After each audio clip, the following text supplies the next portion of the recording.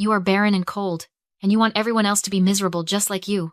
My sister Clara screamed this right in my face, her body physically blocking the only exit from my apartment. Behind her, my niece and nephew were crying on the floor, surrounded by suitcases. She was trying to force me to sign a fraudulent affidavit so she could steal a school district slot for her kids while she went on vacation. I did not yell back. I stood completely still, holding a single manila folder. I just checked my watch. 2:01. The elevator dinged down the hall.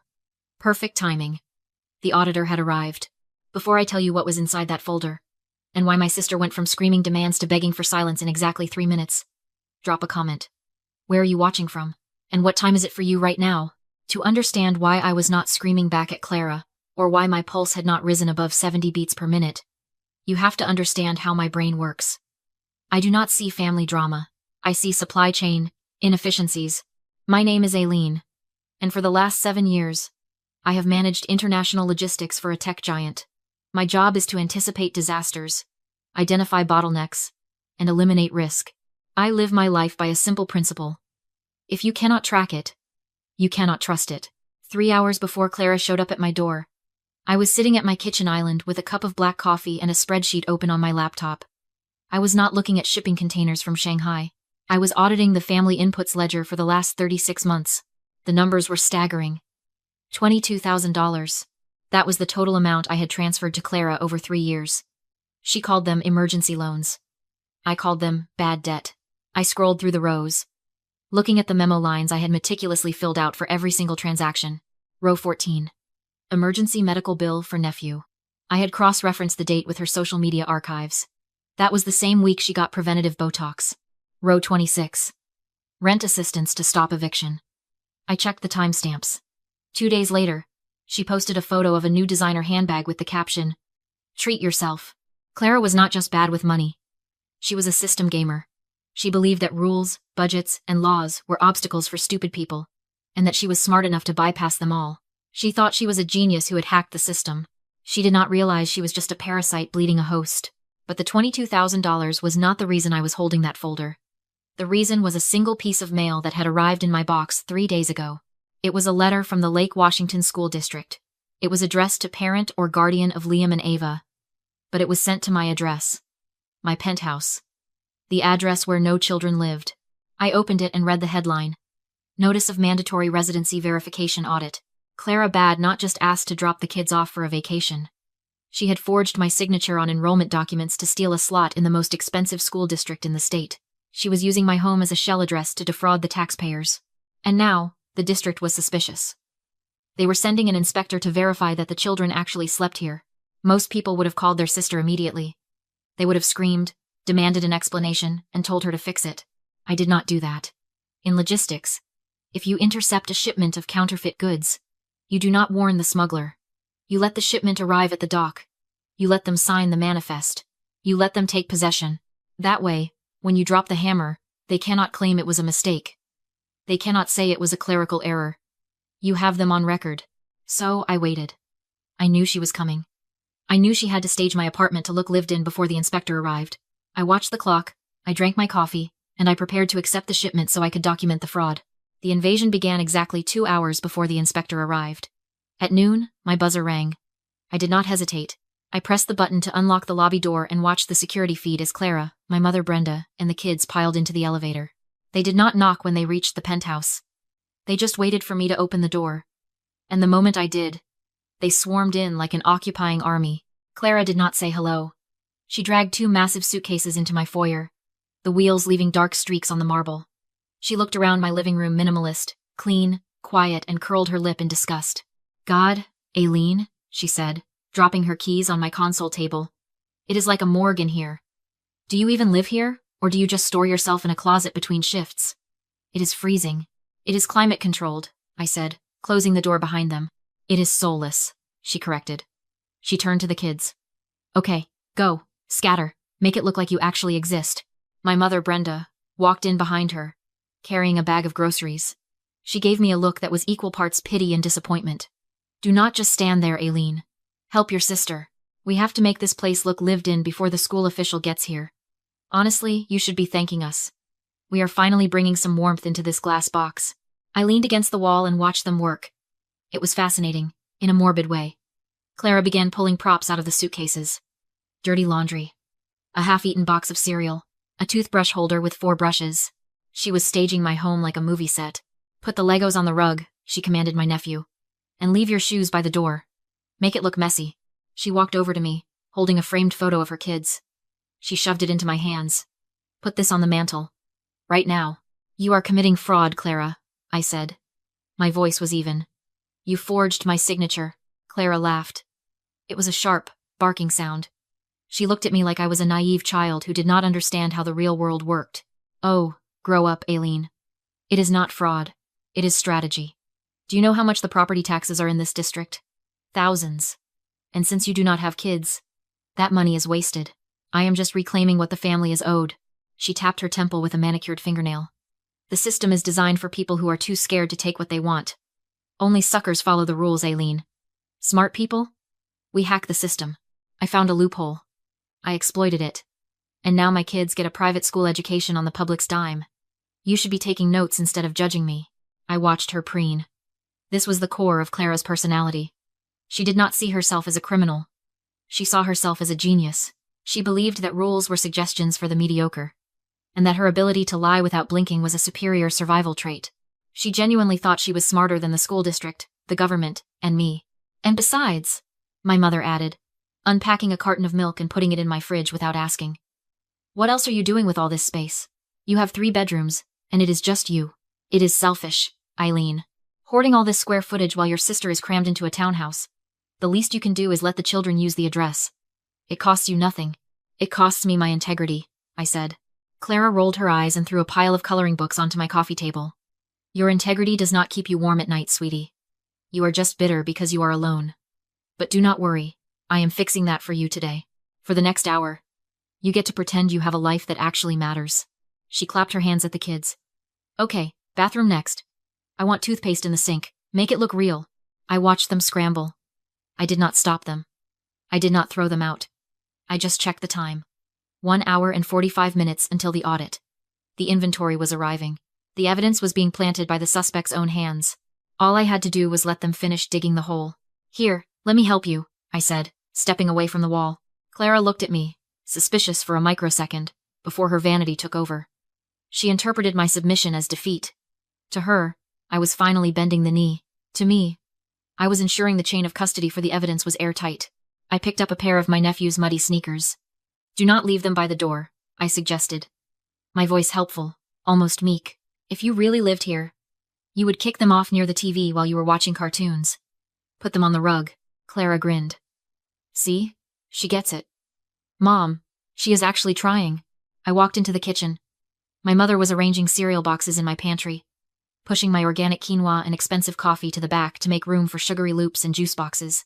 It felt like a violation, a physical invasion of my sanctuary. Every instinct in my body screamed to grab her wrist and throw her out. But in logistics, emotion is a liability. Data is the only asset. If I kicked them out now, it would be my word against theirs. They could claim they were just visiting. They could claim I was hysterical. But if I let them stage the scene, if I let them physically alter the environment to defraud a government entity, then I wasn't just a witness. I was an auditor documenting a crime scene. You should put the kids' art on the fridge, I told Brenda. Magnets, high up like you are proud of it. Good idea, Brenda beamed, slapping a crayon drawing of a lopsided dog onto my stainless steel refrigerator. It makes the place look less sterile, less like a hotel for robots. I checked my watch. 1:30. 30 minutes to target. I moved through the apartment like a ghost, observing the transformation. They were thorough. Too thorough. They weren't just making it look like they lived here. They were erasing me. My architectural magazines were replaced by parenting tabloids. My laptop was shoved into a drawer to make room for an iPad playing cartoons at full volume. Clara walked into the kitchen, holding something ceramic. It was a mug. Cheap, pink, with "World's Best Mom" printed in peeling gold letters. She placed it right next to my espresso machine, front and center. There, she said, dusting her hands off. Now it looks like a home. You know, Aileen, you could learn something from this. A house is not a home until it is messy. Until it has purpose. Purpose, I repeated. Yes, purpose. Raising children. Contributing to the future. Not just managing boxes. She gestured vaguely at my life. I mean, What do you even do all day? You track shipments? You move things from point A to point B? It is so temporary. What I do? Being a mother? That is eternal. I looked at the mug. I looked at the muddy shoes on my white rug. I looked at my mother, who was currently rearranging my throw pillows to hide the expensive labels. You are right, Clara, I said. Tracking things is very important. You have to know exactly where everything is. Otherwise, you lose control of the inventory. I checked my watch again. 1:55. Is the inspector coming soon? Brenda asked, nervously smoothing her skirt. Any minute now, I said. You should probably sit on the couch. Look natural. Read a book to the kids. They settled in. Clara pulled the kids onto her lap, posing like a Renaissance painting of maternal devotion. Brenda sat nearby, beaming at the tableau. They looked perfect. They looked like a loving family, enjoying a quiet afternoon in their luxury penthouse. They looked exactly like fraudsters waiting to be caught. I walked to the foyer and stood by the door. I placed my hand on the manila folder resting on the console table. Inside was the affidavit I had notarized at 9 a.m. this morning. Inside were the security logs I had printed out at 10 a.m. I wasn't passive. I wasn't a doormat. I was the gatekeeper, and I had just locked them inside the trap. At exactly 2 o'clock, the doorbell rang. Clara smirked at me. Showtime, Aileen. Do not mess this up. I did not smile back. I just opened the door. A man stood in the hallway. He wasn't a police officer, and he wasn't a lawyer. He was a middle-aged man in a beige raincoat holding a clipboard and a digital tablet. He looked tired, efficient, and utterly bureaucratic. This was Mr. Vance, the residency verification officer from the Lake Washington School District. Clara was on him instantly. She swept forward, her face arranging itself into a practiced expression of harried, loving motherhood. Hi! You must be from the district, she gushed, extending a hand. I am so sorry about the mess. You know how it is with kids. We have been trying to get organized, but Liam left his shoes right in the entryway, and Ava is just obsessed with her coloring books right now. Come in, come in! She gestured grandly to the living room, where my mother was sitting stiffly on the couch, reading a book upside down. Mr. Vance stepped inside, his eyes scanning the room. He did not smile. He looked at the muddy sneakers by the door. He looked at the cereal boxes on the counter. He looked at the world's best mom mug sitting next to my espresso machine. I appreciate you letting us visit on such short notice, Mr. Vance said. His voice was dry. We just need to verify a few details regarding the enrollment applications for Liam and Ava. Standard procedure for out-of-catchment flags. Of course, Clara nodded vigorously. We have nothing to hide. As you can see, we are fully settled in. My sister Eileen, she gestured to me, is so happy to have us. It takes a village, right? Mr. Vance turned to me. He checked his clipboard. You are Aileen? The leaseholder of this unit? I am, I said. And you are listed as the primary resident sponsor on the affidavit of support submitted with the application, he stated. Miss, Clara indicated that she and the children reside here full-time, 4 nights a week minimum. Do you confirm this? Clara shot me a look. It was a warning glare, sharp and desperate. Sign the paper. Play the part. I did not look at her. I looked directly at Mr. Vance. No, I said. The air left the room instantly. Clara's smile froze, twitching at the corners. Excuse me? Mr. Vance asked, his pen hovering over the tablet. I reached for the manila folder on the console table. I opened it and pulled out a thick, sealed document. I handed it to him. I do not confirm that, I said, my voice steady and clear. This is a notarized affidavit of non-residency. I had it stamped at my bank this morning at 9 a.m. It states, under penalty of perjury, that I am the sole resident of this apartment. No children live here.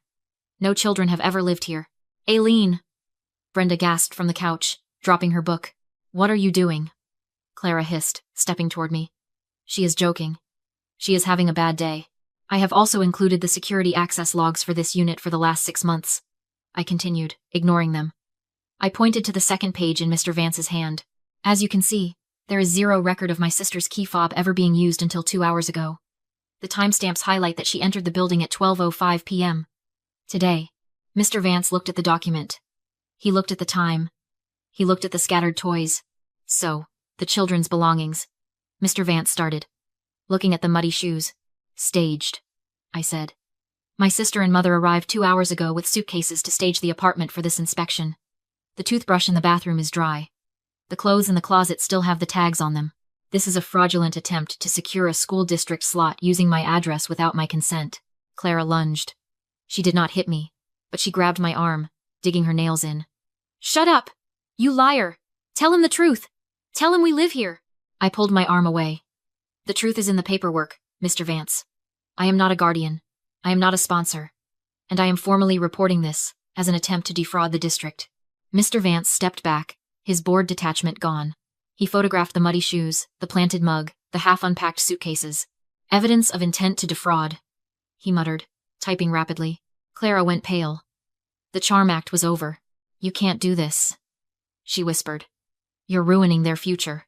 "No," I said. "I'm auditing the present." Mr. Vance looked up.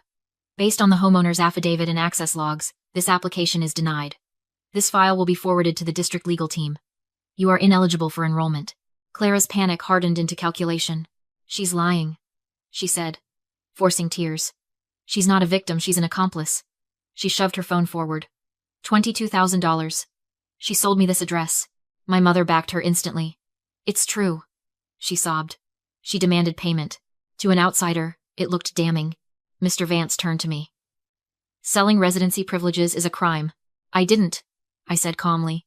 "Then explain the money," Clara snapped. I didn't argue. I reached into my work bag and placed a thick binder on the table. "You're right," I said. "That amount requires documentation." I opened it. Tab 1. Access logs. 0 entries for Clara. Tab 2. Financials. Each transfer was printed and highlighted.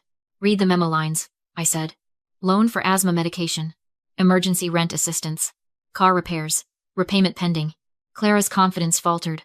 Every dollar was labeled as a personal loan. I continued. "Which brings us to tab 3. I turned to an official tax form. I declared the entire amount as bad debt. If this was rent, I would have reported income. I didn't. So either it was a loan, or you just confessed to unreported income." Silence. Mr. Vance closed the binder. He wrote a citation and handed it to Clara. "The district is seeking restitution of $60,000. Brenda begged. Then I spoke. "You co-signed her lease," I said. "That makes your retirement collateral." Brenda stepped back.